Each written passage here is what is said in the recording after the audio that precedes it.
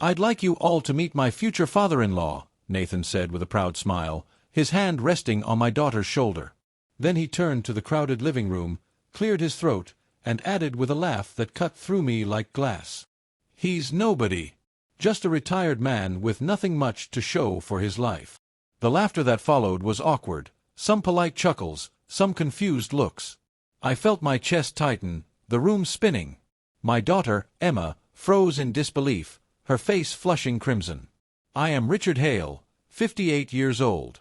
For 30 years, I worked at the same steel plant in Ohio. I raised my only daughter after my wife passed, sacrificed promotions, vacations, even my health so she could have the life I never did. I was never nobody. At least, I thought so." The air went heavy as Nathan's mother entered the room. She was elegant, pearls around her neck, her voice calm but sharp.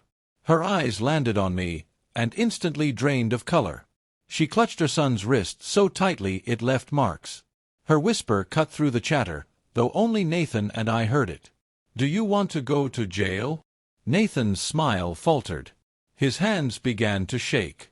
And in that moment, I realized, there was something buried in this family, something dark.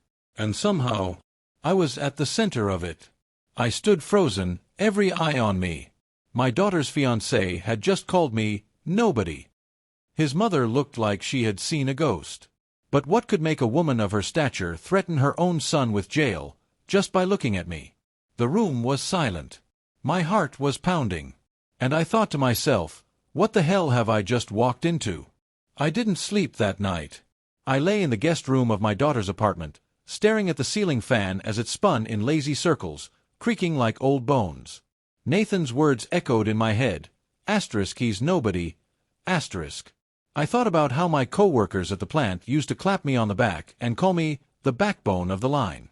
I thought about the nights I worked overtime, missing Emma's school plays, her choir concerts, because we needed the extra money for her braces, for her textbooks, for that one trip she begged for to Disney World.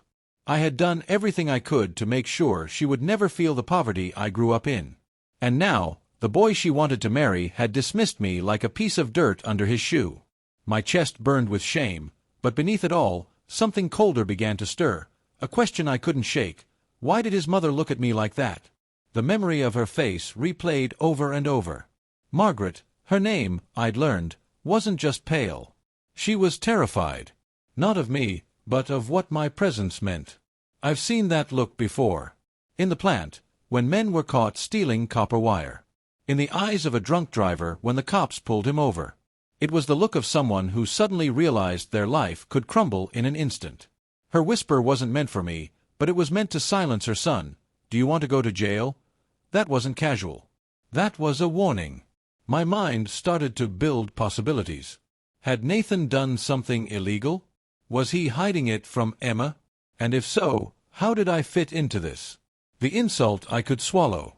But the idea that my daughter might be walking into something dangerous, that lit a fire in me. Flashbacks came like ghosts. I remembered the day Emma was born, her tiny fists gripping my finger as if she already knew I was all she had. Her mother, Grace, had been the love of my life. She didn't survive the surgery, and I walked out of that hospital with both grief and a newborn baby in my arms. People told me to remarry, to give Emma a mother. But I couldn't. I promised Grace on her deathbed that I would raise our daughter with both my strength and her tenderness. And I did. Diapers, midnight feedings, scraped knees, first heartbreaks. I was there for all of it.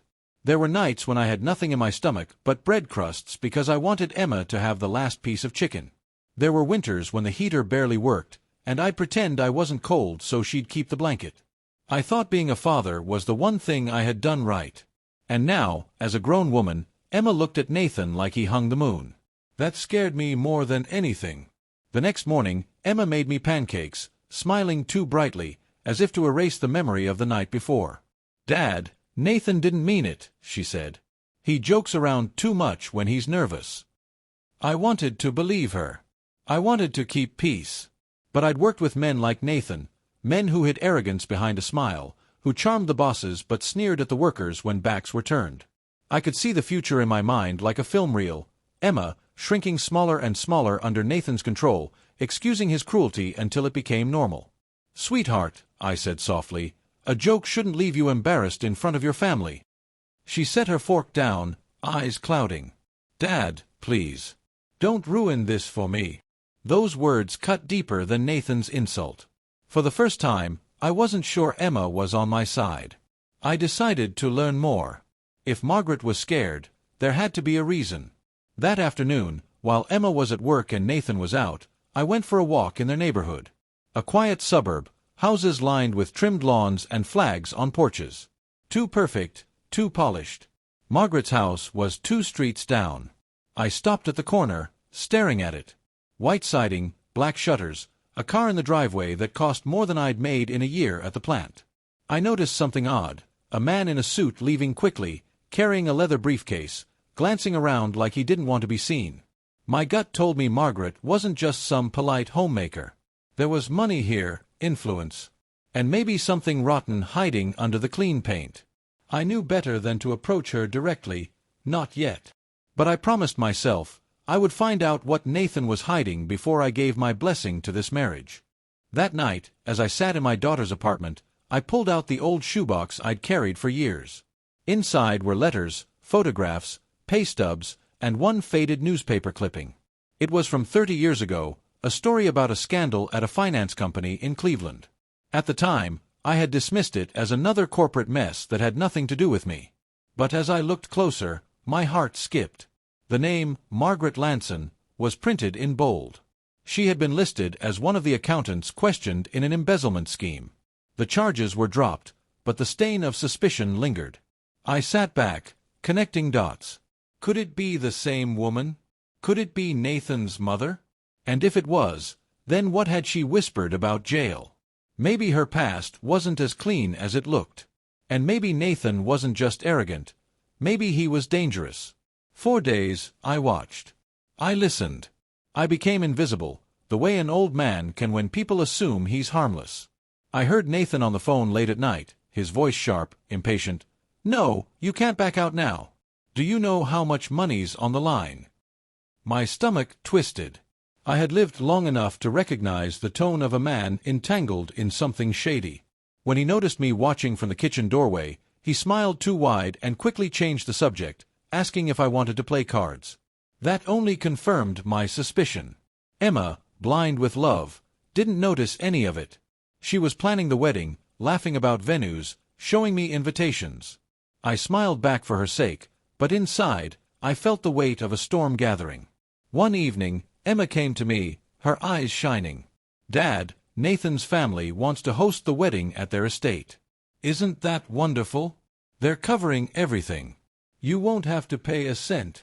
Her words were meant to soothe me, but they chilled me instead. If there's one thing I've learned in life, it's that nothing comes free. Especially not from people with money and secrets. I held her hand and said, "Emma, listen to me. Sometimes the most expensive gifts come with the highest price." She pulled away, frustrated. "Dad, why can't you just be happy for me?" She left the room in tears, and I sat there alone, staring at the photo of Grace on the mantel. "What would you do, Grace?" I whispered. And deep down, I knew the answer. Protect her. At any cost. The next day, Margaret came to see me. She found me sitting on a park bench, feeding pigeons like any other retiree. She sat down beside me without a word, her perfume sharp, her posture perfect. After a long silence, she said, "Mr. Hale, you need to stay out of my family's business." I turned to her, keeping my voice calm. "Your son insulted me in front of everyone. And you threatened him with jail. Tell me why." Her jaw tightened. For a moment, I thought she would deny it. But instead, she whispered, "Because if he doesn't stop what he's doing, he'll drag us all down. And your daughter will go down with him." My blood ran cold. Margaret stood, smoothed her coat, and walked away, leaving me with more questions than answers. That night, as I lay awake again, I realized 2 things. First, Nathan wasn't just arrogant. He was standing on a fault line ready to crack. And second, Margaret, for all her coldness, was just as desperate as I was to keep it hidden.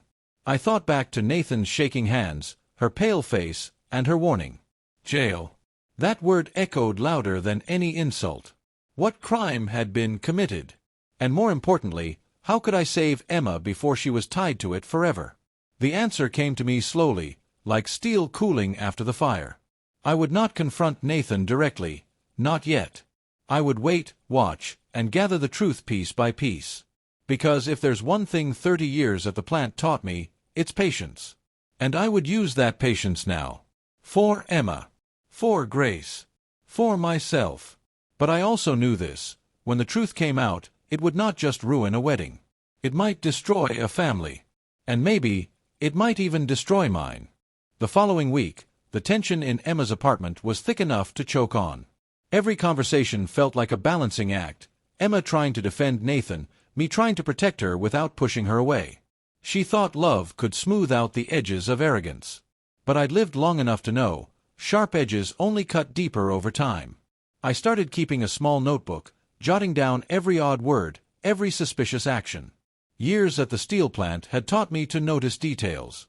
A missing bolt here, a shift in temperature there, signs of bigger problems coming. Nathan was no different. His mask of charm was slipping, piece by piece. And I was determined to catch every crack before it swallowed my daughter whole. One evening, Nathan came home late, his tie loose, his eyes bloodshot. Emma rushed to him, worried, but he brushed her off with a quick kiss and said he was just busy with work. I asked him what he did exactly. What kind of job kept him out until 2 a.m. with his shirt smelling of whiskey? He grinned that salesman's grin and said, "Finance, Richard. Numbers. Stuff you wouldn't care about." Then he excused himself, heading straight to the shower. Emma followed him with her eyes soft and forgiving, but I saw what she didn't, the trembling in his hands as he loosened his cufflinks. Trembling doesn't come from finance. It comes from fear. That night, I waited until the apartment was quiet. I opened the jacket Nathan had thrown over the chair. Inside was a folded paper, an invoice. My eyes narrowed as I read the words, "Wire transfer request, $200,000." The account names were blacked out, but I knew enough to understand this wasn't normal. Men like me don't handle six figures, but I've seen men ruined by less. My stomach twisted. Was Nathan laundering money? Running some kind of scheme? I tucked the paper back into his jacket before Emma noticed. As I closed the closet door, I whispered to myself, "What have you dragged her into, boy?" Flashbacks hit me again. I remembered how hard it was to save even a few dollars when Emma was in school. I worked double shifts for years just to keep a small college fund alive. I still remember her face when I handed her the acceptance letter to Ohio State. She cried, hugged me, said, "Dad, you're my hero." I lived on that moment for months. And now, standing in her living room, I felt like I was failing her. She thought Nathan was her hero, but everything I'd seen told me he was a villain wearing a borrowed crown. My hands shook with the weight of it.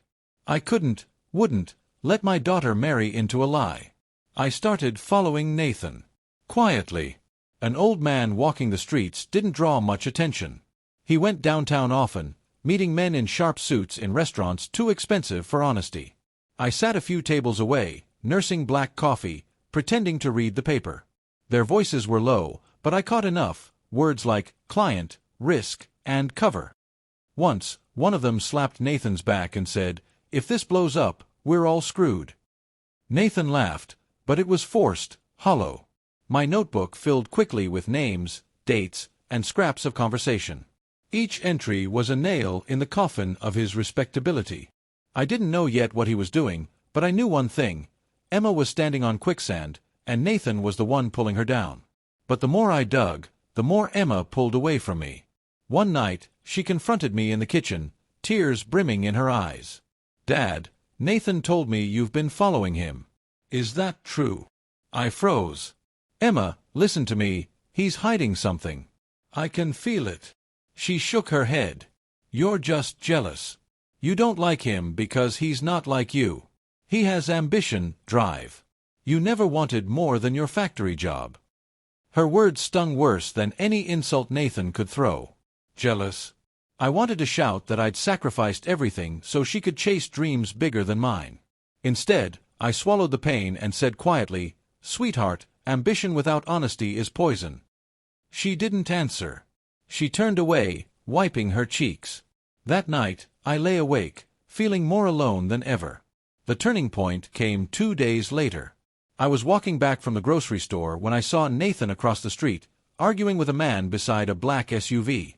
The man shoved him hard against the car, and I caught the words, "You're late on your payment." Nathan's face went pale, but he forced a smile and said, "I'll have it. Just give me time." My chest tightened. This wasn't business. This was debt.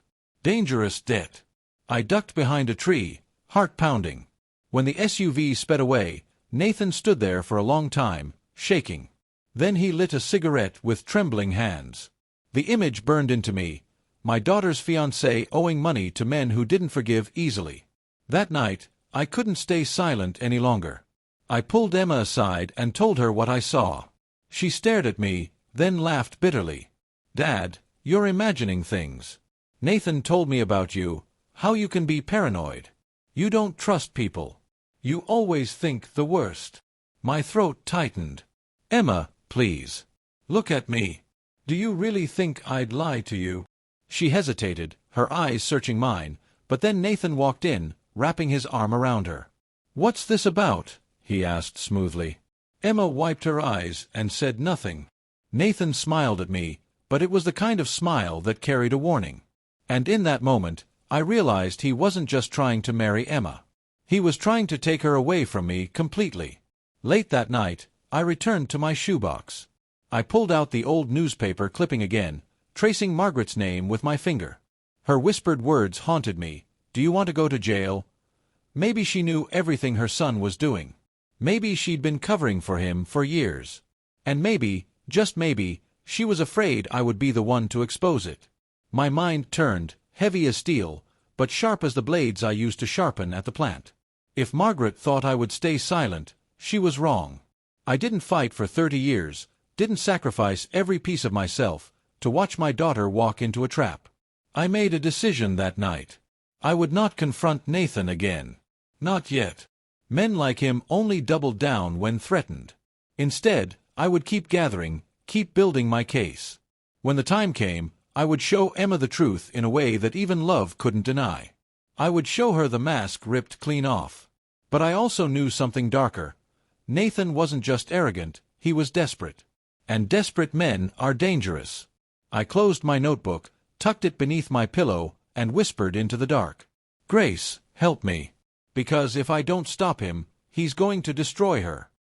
The morning after my decision, I woke with a kind of heaviness I hadn't felt since Grace died. It wasn't just the weight of exhaustion, it was the weight of responsibility. Emma's life was slipping through my fingers, and if I didn't act, she would drown in Nathan's lies. I dressed, laced up my old steel toe boots, and went downtown again. The plant had taught me one thing: if you want the truth, you don't wait for it to fall in your lap. You chase it down. That's how we caught leaks in the pipes, cracks in the beams, by looking where no one else wanted to. And I was ready to look. My first stop was the diner across from the tall glass building Nathan frequented. I nursed black coffee, pretending to read the paper, while my eyes followed every person who walked in or out of those tinted doors. Around 11, Nathan appeared, wearing a sharp blue suit that didn't match the panic in his eyes. He wasn't alone. Beside him walked a man I'd seen before, the same one who shoved him against the SUV. This time, the man smiled, but it was the kind of smile that hides a blade. They disappeared into the building. I waited, patient. 2 hours later, Nathan walked out alone. His tie was loose again, his forehead damp. He didn't see me as he passed by, talking frantically on his phone. "No, I told you, don't put my name on anything. Do you understand? Nothing ties back to me." My gut twisted. If he was begging for his name to be hidden, then whatever he was involved in wasn't just shady. It was criminal. And it was only a matter of time before Emma's name was dragged through the same mud. I decided to dig where Nathan's smile couldn't reach, the public records office. An old friend from the plant had retired there, and after a quick phone call, I found myself in a dusty room surrounded by filing cabinets and humming fluorescent lights. "What are you looking for, Rich?" my friend asked. I hesitated. "Property records. Anything tied to a Nathan Lanson." He raised an eyebrow, but didn't ask questions. 30 minutes later, I had a thin folder in my hands. Inside were 3 property deeds, 2 under Nathan's name, 1 under his mother's. The troubling part wasn't the ownership. It was the mortgages. Each one had been refinanced multiple times in the past 2 years. Money was being pulled out faster than it could be paid back. My throat tightened. Nathan wasn't building wealth. He was bleeding it dry. That night, Emma found me sitting at the table with the folder open. Her face darkened. "Dad, what are you doing?" she asked, her voice sharp. "Emma, listen. Nathan is drowning in debt. Look at this. He's using properties like piggy banks, and when they run dry," she slammed the folder shut. "Stop it. You're digging into things you don't understand. Nathan told me you'd do this. He said you'd try to ruin us because you can't let me go." Her words pierced me deeper than she knew. I wanted to yell, to shake her until she saw reason, but I stayed quiet. I remembered something Grace used to say, "Don't push the river, Richard. It'll flow when it's ready." Emma wasn't ready yet. But someday she would be, and when that day came, I needed the truth in my hands. 2 days later, I got the message. A note slipped under my apartment door, no signature. "Meet me at the old church on 4th Street. Midnight." My pulse quickened. I knew who it was before I even unfolded the paper. Margaret. The woman who had looked at me like I was a ghost, who whispered jail into her son's ear. At midnight, I walked through the cold night air to the church, its steeple broken, its stained glass boarded. Inside, the air was damp, smelling of dust and old wood. Margaret sat in the front pew, her pearl necklace glinting in the moonlight through the cracks. She didn't look at me as I approached. "You shouldn't be here," she said softly. "Neither should you," I answered. She turned then, her eyes tired. "You're digging into things that could get you killed, Richard." I sat beside her, my heart heavy. "Then tell me the truth," I said. Her hands trembled as she clasped them together. "Nathan has gotten himself into something he doesn't understand. He thinks he's smarter than the men he works with, but he's not. They're using him." I leaned closer. "Using him for what?" Her lips pressed tight before she whispered, "Money laundering. Millions. It started small, just transfers here and there, but now it's bigger. Too big. If it collapses, they'll need someone to blame, and Nathan will be the first name they throw forward." My stomach dropped. Images of Emma's smile, her laughter, her wedding dress, collided with the thought of her standing beside a husband in handcuffs. "Why didn't you stop him?" I asked. Margaret's eyes filled with tears. "Because I made the same mistake once. And I've been paying for it ever since." She told me everything then. Years ago, she had been part of an embezzlement scheme at her old firm. She'd escaped charges by turning in colleagues, but her name had been forever stained. She married rich afterward, tried to bury the past, but the habits never left. When Nathan was old enough, he saw the money, the influence, and thought he could outplay the same game. "He's my son," she whispered. "But I can't save him from this. Only you can save Emma." I clenched my fists. "How?" Margaret looked at me, her voice breaking. "By making her see who he really is before it's too late." Then she pressed a small envelope into my hand. "These are bank statements. Proof. But be careful. If Nathan finds out you have them, he won't be the only one after you." I walked home with the envelope burning a hole in my pocket. Inside were copies of transactions, huge sums wired between shell companies, dates matching the nights Nathan came home late. My chest tightened. This was it. The proof. But proof meant nothing if Emma refused to see it. I lay awake, staring at the ceiling, the words repeating in my head, "Save her before it's too late." Grace's face came to me in the dark, her smile gentle. "You can't protect her forever, Richard," she seemed to whisper. "But you can open her eyes." I clenched the envelope tight. Yes, that was my job now. To make her see. The next day, I tried. I showed Emma the papers, begged her to read them. She barely glanced before shoving them back. "Dad, I don't know where you got this, but Nathan said people would try to frame him. These could be fake." My throat burned. "Emma, please. Look at me. I've never lied to you. Why would I start now?" She bit her lip, torn, but then Nathan appeared in the doorway, his smile calm and deadly. "What's going on here?" he asked. Emma shoved the papers into my chest. "Nothing. Just nothing." She stormed out. Nathan stepped closer, lowering his voice. "If you ever pull a stunt like this again, old man, you'll regret it." His eyes were cold, unflinching. I stared back, my fists clenching, but said nothing. He smirked, then walked away. For the first time in years, I felt the old fire of anger rising. That night, I sat alone at the kitchen table, staring at the envelope. Margaret had given me ammunition, but Emma wasn't ready to believe it. Nathan knew I was digging.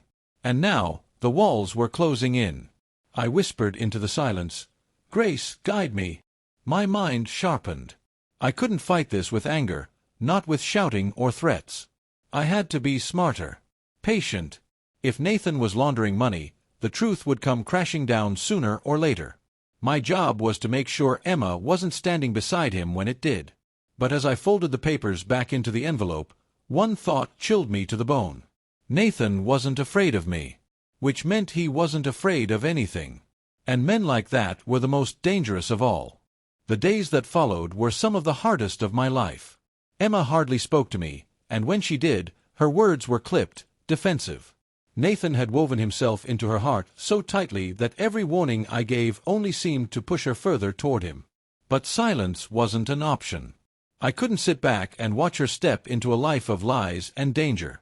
I knew what it meant to stand on the line, to keep the furnace steady, to carry the weight of lives depending on me. This wasn't the plant anymore. This was my daughter's life. And if I had to stand alone, I would. For 30 years I gave my sweat and blood for my family. Now it was time to give my mind, my patience, and if it came to it, my last ounce of strength. My first step was finding allies. I couldn't fight Nathan and his circle by myself. At the diner downtown, I struck up a conversation with an old face, Detective Harris. He used to work nights near the plant, a decent man with a gruff laugh and a gut that told him when someone was lying. We talked about old times before I slid the envelope across the table. His eyes scanned the statements, his brow furrowed. "Where'd you get these?" he asked. I told him the truth, that they were passed to me by someone who wanted Nathan stopped. He sat back, sighing. "This is enough to start looking deeper. But, Rich, you better be careful. Men tied to this kind of money, they don't like loose ends." I nodded. "I don't care about me. Just protect my daughter." Harris's silence was answer enough. Meanwhile, at home, the tension cracked wider. Emma was planning wedding details with Margaret, who came by often now, her face stiff but her words polished. She pretended warmth, but I could see the fear in her eyes when Nathan wasn't looking. One afternoon, she lingered in the kitchen as Emma tried on dresses in the other room. "You need to hurry," she whispered, her pearls shaking against her neck. "If this wedding happens, your daughter will be tied to everything. Legally, financially. Do you understand?" My chest tightened. "Then help me stop it," I said. She looked at me with eyes that were both pleading and resigned. "I already did. I gave you the papers. The rest is on you." She turned and left before I could say another word, leaving me with a gnawing dread in my gut. I started piecing together Nathan's movements like a puzzle. The late nights, the meetings, the debts. With Harris's help, I learned Nathan's name was showing up in investigations tied to a shell company in Chicago. "They're moving money through property sales," Harris explained over the phone. "Buying, flipping, wiring cash across borders. Classic laundering scheme. He's not smart enough to be running it, but he's definitely involved." I felt both relief and fear. Relief because I finally had proof beyond whispers. Fear because proof meant exposure, and exposure meant danger. Men like the ones Nathan was tangled with didn't let loose ends walk away. And now, because of Margaret's warning and my digging, I was a loose end. Emma, meanwhile, was slipping further into Nathan's orbit. One evening, I overheard them arguing in the living room. "You promised it'd be handled," she snapped, her voice shaking. Nathan hushed her quickly, noticing me in the hallway. "Just wedding stress, Richard," he said smoothly, pulling her close. But Emma's eyes met mine, wide and uncertain, and I knew she was beginning to see cracks in his mask. Still, love is a powerful blindfold. I remembered Grace once telling me that the heart can lie louder than the truth. And I saw that lie playing out now, wrapping Emma tighter and tighter in chains she didn't even feel. I knew I couldn't confront Nathan head-on. That would only push Emma closer to him and paint a target on my back. Instead, I started quietly planting seeds. At dinner, I'd tell small stories from the plant, about men who cut corners, who thought they were smarter than the system, and how every single one eventually paid the price. Emma would roll her eyes, but I saw the way her lips tightened, the way her fork paused mid-air. She was listening, even if she didn't admit it. Sometimes, that's all a father can do. Plant the seed and pray it grows when the time is right. One night, Harris called me with urgency in his voice. "Rich, we pulled some records. Your boy Nathan is connected to a wire transfer flagged by the feds. They've been watching it for months. If this blows, it'll be headlines." My heart pounded.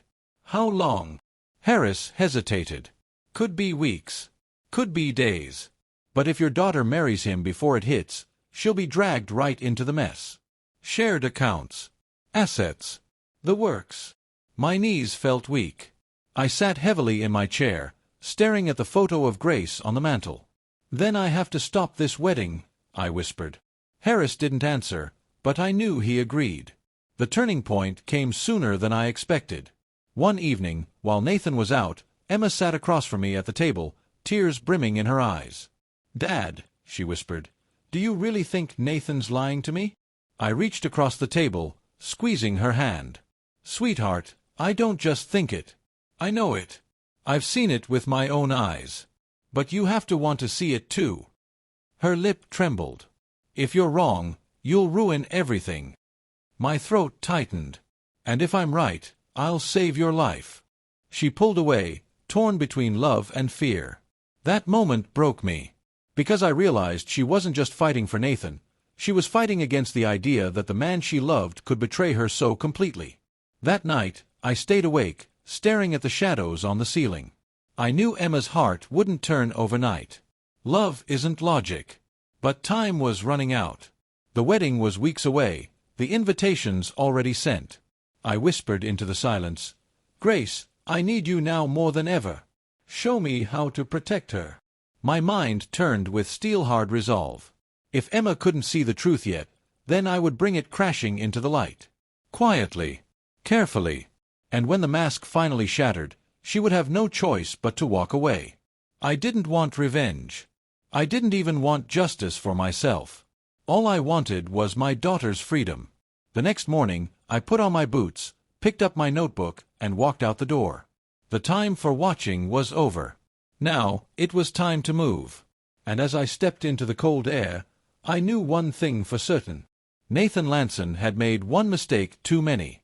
And this old man was about to make sure he paid for it. The morning after my decision, I felt something I hadn't in a long time: purpose. For years after Grace passed, my life had revolved around survival. Work, food on the table, Emma's school fees. Then retirement hit, and for the first time, I didn't know who I was without the plant. But now I knew. I was Emma's shield. And if Nathan was a storm, I was the wall that would not break. I started my plan quietly. No shouting, no threats. Just patience and persistence, the same way you work molten steel until it bends exactly where you want it. Men like Nathan live on pride and secrecy. To destroy them, you don't fight them head-on. You turn their own lies into chains. My first move was to return to Detective Harris. We met at a quiet coffee shop off the highway, the kind of place where no one asked questions. I slid my notebook across the table, filled with dates, names, and scraps of overheard conversations. Harris scanned it, his jaw tightening. "This is solid, Rich. With the bank statements you gave me, we're building a case. But we need more, something that ties Nathan directly. A signature, a recording, anything that puts him in the driver's seat." I nodded slowly. "Then I'll get it." Harris leaned closer, his voice low. "Be careful. If he even suspects you're onto him, he won't hesitate to shut you up." I looked him square in the eye. I worked 30 years around steel that could melt skin off bone. I'm not afraid of Nathan. At home, I played the part of the tired, clueless old man. I asked Nathan about his finance job, pretending interest, nodding as if I didn't understand half his jargon. Sometimes he bragged, especially after a few drinks. "You know what separates men like me from men like you, Richard," he slurred one evening. "Risk. You worked your life away for pennies. Me? I take risks, and that's why I'll always win." I smiled, sipping my coffee. "Funny thing about risk," I said softly. "Sometimes it burns you before you even know you're on fire." His smile faltered, just for a second, before he laughed it off. But I saw the flicker in his eyes. He knew I wasn't as harmless as he wanted me to be. Emma noticed the tension but didn't know what to do with it. She tried to keep the peace, bouncing between us like a rope pulled too tight. One night she sat beside me on the couch, her head on my shoulder like she used to when she was little. "Dad," she whispered, "I just want everyone to get along. Why does it have to be a fight?" My heart ached. "Sweetheart, sometimes peace means letting go of something that hurts you, even if you don't see it yet." She didn't answer. She just squeezed my hand. I wanted to tell her everything, but I knew if I pushed too hard, she'd run straight into Nathan's arms. So I stayed quiet, letting her rest against me, praying that when the truth came out, she'd still see me as the father who loved her more than life itself. Meanwhile, I set my trap. At a pawn shop downtown, I bought a small digital recorder, cheap, easy to hide. I slipped it into my jacket pocket every time Nathan was home. I didn't need long speeches or full confessions. I just needed one slip, one moment where his pride out-talked his caution. Days passed before it happened. One late night, after a heated phone call, Nathan threw his phone on the couch, muttering, "Those idiots think I'm their fall guy? I'm not taking the blame for this." My pulse raced. His words were muffled, but clear enough on the recorder. I smiled to myself in the dark. One nail hammered in. But Nathan was no fool. He started watching me, too. Small things, his eyes lingering when I walked in the room, his voice sharper when I asked questions. One afternoon, he cornered me in the kitchen. "You know, Richard," he said, his smile thin, "you've been awfully curious about my life. Maybe too curious." I looked him dead in the eye. "A father worries about the man his daughter's marrying. Nothing strange about that." His smile widened, but his eyes stayed cold. "Just remember, curiosity killed the cat." I leaned closer, lowering my voice. "And satisfaction brought it back." His jaw tightened, but he said nothing more. He just walked away, his hands balled into fists. I knew then that he suspected me. The clock was ticking faster now. I doubled down. Harris told me the feds were circling closer, but I needed Emma to believe before the hammer dropped. Otherwise, she'd see Nathan as a victim, not a criminal. So I planted another seed. I accidentally left the recorder on the counter one evening, its red light still blinking. Emma picked it up, frowning. "What's this, Dad?" My heart pounded, but I kept my voice calm. Something to remind me what people say when they think no one's listening. She hesitated, then pressed play. Nathan's muttered confession filled the room. Emma froze, her eyes darting between me and the recorder. Before she could speak, Nathan stormed in, snatched it from her hands, and smashed it against the wall. "Don't listen to him," he roared. "He's trying to ruin us." Emma's face went pale. For the first time, she didn't rush to defend him. That night, she locked herself in her room, and Nathan left the apartment in a fury. I sat outside her door, my back against the wall, listening to her muffled sobs. "Emma," I whispered, "I don't need you to believe me right now. Just remember, I'll never lie to you. Never." There was silence, then the faintest sound of her crying harder.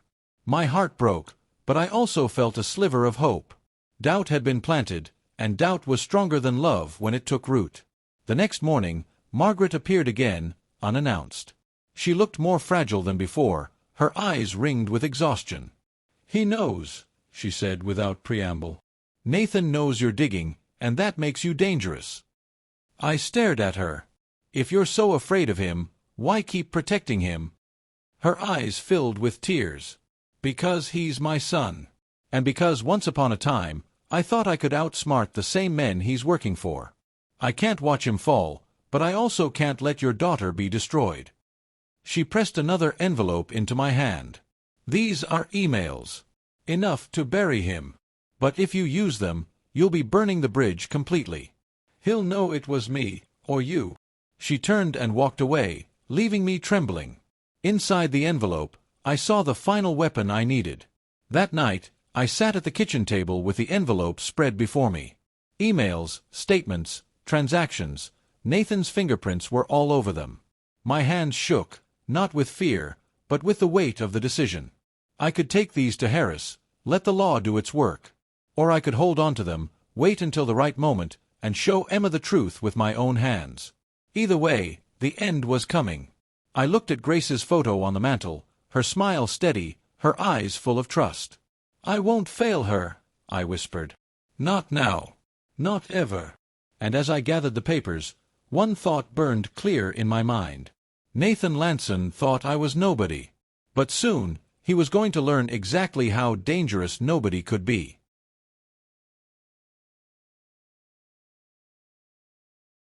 It started with silence.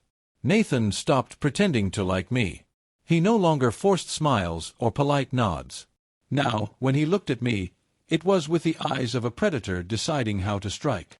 Emma felt it too. Her laughter around him sounded strained, her questions sharper. Still, she clung to hope, desperate to believe she hadn't built her future on sand. I could see the storm coming. One night, while washing dishes, I caught Nathan standing in the doorway, arms crossed, watching me like a wolf. "You're a stubborn old man," he said quietly.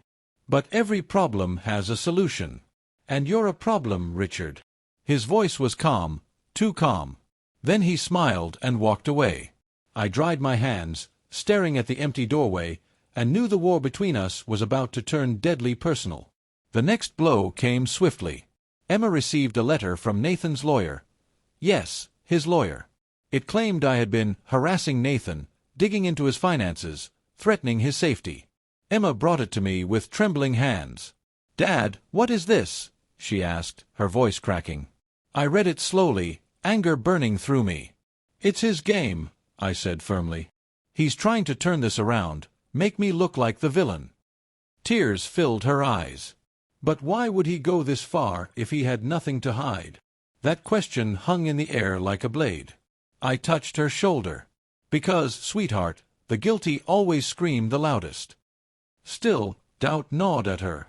Nathan's lies and my truths were pulling her apart, and I feared she'd snap before the truth saved her. Nathan escalated further. He began controlling Emma's time, insisting she stay at his apartment, isolating her from me. When she did visit, he lingered like a shadow, listening to every word, smiling that venomous smile. I kept my calm, but inside, my fury burned hotter than a blast furnace. This wasn't just about money laundering anymore. This was about control. This was about him breaking my daughter until she couldn't tell north from south. I knew I had to act soon. The emails Margaret gave me felt heavy in my jacket pocket, like a loaded weapon. Harris told me the investigation was close to breaking open, but time was a luxury I no longer had. Nathan wasn't just circling. He was moving in for the kill. The first crack came from Emma herself. Late one night, she called me, her voice shaking. "Dad," she whispered, "Nathan lost his temper. He grabbed my arm. It scared me." My grip on the phone tightened.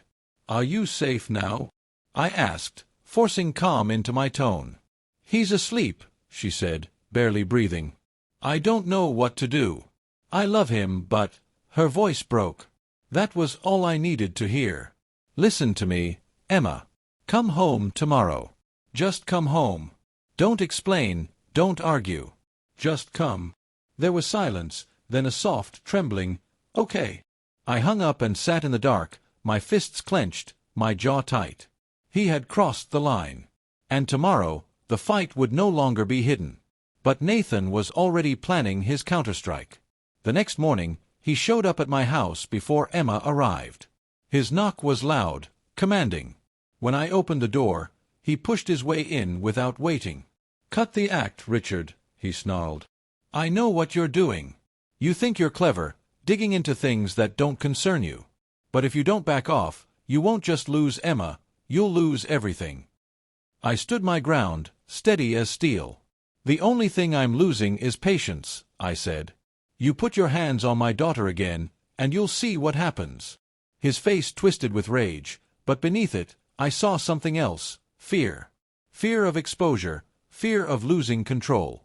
He slammed his fist against the wall, then stormed out, slamming the door so hard the windows rattled. Emma arrived later, pale and tired. She looked at me, eyes wide with fear. "He told me you threatened him," she whispered. I sighed. "Emma, he's flipping the truth. He's desperate. That's what men do when they know the end is near." She sat at the table, burying her face in her hands. "I don't know who to believe anymore." That shattered me. My daughter, the little girl who once trusted every word I said, now doubted me because of a man who treated her like property. I pulled out the envelope Margaret had given me, sliding it across the table. "You don't have to believe me. Believe this." She hesitated, then opened it. As her eyes scanned the emails, her face drained of color. Her hands trembled, clutching the papers like they were fire. "Dad, this can't be real." Her voice was barely a whisper. Before I could answer, the front door burst open. Nathan stood there, his face flushed with fury. He must have followed her. His eyes darted to the papers in Emma's hands, then to me. "You bastard!" he roared, lunging toward me. Emma screamed, clutching the emails to her chest. I braced myself, but Nathan stopped short, his chest heaving, his fists shaking. "You don't know what you've done," he spat. "You've signed your own death warrant." His words were venom, but his voice cracked with panic. He stormed back out, slamming the door again, leaving Emma frozen in shock. She looked at me, her eyes finally wide with clarity. "He's not who I thought he was," she whispered. "He's dangerous." I wrapped my arms around her as she sobbed, feeling both relief and dread. The truth was finally in her hands, but Nathan wouldn't go down quietly. That night, Harris called. "Rich, we've got enough now. The feds are ready to move. But we need you and your daughter safe. Can you get her out of there for a few days?" I looked at Emma asleep on the couch, clutching the papers like a lifeline. "We'll go," I said. "But Harris, make sure he doesn't slip away. For Emma's sake." Harris's voice was grim. "He won't.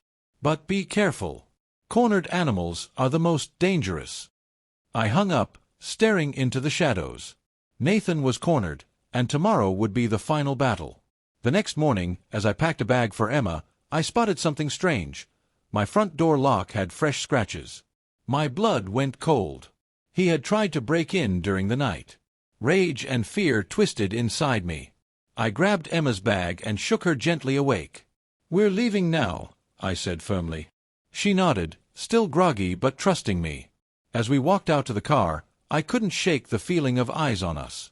The air felt heavy, charged. I tightened my grip on the keys, my heart pounding. Nathan wasn't done yet. And I knew the next time we saw him, it would be the moment everything shattered. The morning sky was heavy with clouds, the kind that pressed low and gray, as if the world itself was holding its breath. Emma sat quietly beside me in the car, her face pale, her eyes hollow from lack of sleep. She clutched her bag like it was a shield. I drove us toward the small cabin outside town, where Harris had promised we'd be safe. But halfway down the road, my gut told me something was wrong. The rearview mirror showed headlights, too close, too steady. I tightened my grip on the wheel. "Dad," Emma whispered. "Why is that car following us?" My heart pounded. I didn't answer. I just pressed the accelerator, the old engine roaring as we curved off the main road. The car behind us followed. Nathan wasn't done. He was hunting us. I turned sharply onto a gravel road, hoping to shake him, but the headlights stayed close. Emma gasped, fear rising in her voice. "It's him, isn't it?" I nodded once. "Stay calm." My mind raced. I couldn't lead him to the cabin. That was supposed to be safe. So instead, I turned back toward the old steel plant, abandoned now, its towers rusting, windows shattered. It was a place I knew like the lines on my hands, a place where fire had once bent steel to my will. If Nathan wanted a fight, this was where I would make my stand. The gravel crunched as I pulled in, headlights cutting across broken glass and twisted beams. Behind us, Nathan's car screeched to a stop. He stepped out, his face twisted with fury. "You think you can beat me here, old man?" he shouted. Emma clutched my arm. "Dad, don't, he's dangerous." I gently pried her hand free. "Stay in the car, sweetheart. Whatever happens, don't move." She shook her head, tears spilling down her cheeks. "I don't want to lose you too." I leaned down, kissing her forehead softly. "You won't. I promise." Then I stepped out, the cold air biting, my boots crunching on the gravel. Nathan stood a few yards away, his hands twitching, his chest heaving like a caged animal. "You ruined everything," he screamed. "You think she'll believe you now? You think the cops will save you? You're nothing, Richard. Nothing." I stood tall, shoulders squared. "You've been saying that since the day we met. But you're the one standing here exposed. Not me." His hands shook harder, and for the first time, I saw it clearly. His fear was bigger than his rage. Before either of us could move, another car pulled up fast, lights flashing red and blue. Harris stepped out, flanked by 2 federal agents. "Nathan Lanson," his voice boomed. "You're under arrest for financial fraud, money laundering, and conspiracy." Nathan's face drained of color. He took a step back, shaking his head. No, you can't do this. This old man set me up." Harris's gaze flicked to me, then back to Nathan. "Funny thing, son, we had our eyes on you long before Richard ever got involved. He just helped us see the last piece of the puzzle." Nathan's mouth opened and closed like a drowning man, his arrogance collapsing in real time. He lunged toward me, but Harris and the agents moved faster, pinning him to the ground, cuffing his wrists. His screams echoed through the empty plant. Emma stepped out of the car, her hands trembling as she clutched the papers from Margaret. She looked down at Nathan as the agents pulled him up. "All this time," she whispered, "you lied to me. You made me doubt my own father." Nathan's eyes burned with hatred. "He ruined us. He's jealous. He wants to keep you small, chained to him like he's chained to his dead wife's memory." Emma shook her head, tears falling freely. "No. He's the only one who ever loved me without conditions. You don't even know what love is." Her words hit Nathan harder than the handcuffs. He lowered his head, defeated, as the agents dragged him away. Margaret appeared then, stepping from the shadows of her car, her pearl necklace trembling against her throat. She looked at Nathan, her son, now in chains. Her face crumpled, torn between grief and relief. "I warned you," she whispered, tears streaking her cheeks. "I begged you to stop." Nathan didn't look at her. He just spat at the ground, his silence louder than any insult. Margaret turned to me, her eyes heavy with sorrow. "I never wanted it to come to this," she said softly. "But thank you. You saved her." I studied her for a long moment. "You saved her too. You just didn't realize it." She gave a sad smile, then turned away, watching as her son was taken into the flashing lights. As the cars pulled away, silence settled over the broken plant. Emma leaned into me, her body shaking. "Dad," she whispered, "I don't know how to fix what I broke between us." I wrapped my arm around her shoulders, pulling her close. "You don't have to fix it. Just walk with me, one step at a time. That's all I need." She buried her face against my chest, sobbing softly. For the first time in months, I felt the weight lift off my shoulders. Grace's voice seemed to echo in my mind. "You did it. You kept her safe." And for the first time in years, I allowed myself to breathe deeply, freely. The following weeks blurred with court dates, testimonies, and headlines. Nathan's empire crumbled. Emma testified bravely, her voice steady even as she recounted his lies. Margaret sat in the back, her face a mask of grief. When the verdict came, guilty on all counts, the courtroom erupted. Nathan's hands shook as he was led away, his eyes finding mine one last time. But there was no fire left in him, no pride. Only a broken shell of the man who once called me a nobody. And in that moment, I felt no joy, no triumph. Only quiet peace. Justice had been served, not by rage, but by patience. Months later, Emma and I sat on the porch of my old house, the spring air warm, the smell of fresh-cut grass drifting through the neighborhood. She rested her head on my shoulder, like she used to as a child. "You never gave up on me," she said softly. "Even when I doubted you. Even when I hurt you." I kissed the top of her head. "That's what fathers do, sweetheart. We stand in the fire until it's over." She smiled through her tears. "You're not nobody, Dad. You're everything." My chest tightened with emotion, but I didn't speak. I just held her, watching the sunset paint the sky, knowing Grace would be proud. And so the story ended not with revenge, but with redemption. Nathan's hands had shaken when the truth caught him, just as Margaret warned. Emma found her freedom, and I found my purpose again. For years, I thought my life had ended with retirement and Grace's passing. But I was wrong.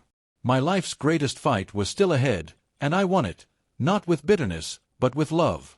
And if anyone ever asks me who I am, I'll tell them simply, I am Richard Hale. I am a father, and that will always be enough. My love, did you like my story? And which city are you listening from? Let's meet in the comments. If you like the story, you can support me by sending a super thanks so I can keep bringing more stories like this. Thank you so much for your sweet support. I'm looking forward to your comments on the story. On the screen, you can see 2 new life stories that I highly recommend. There's so much more on my channel. Don't forget to subscribe. See you in the next life story.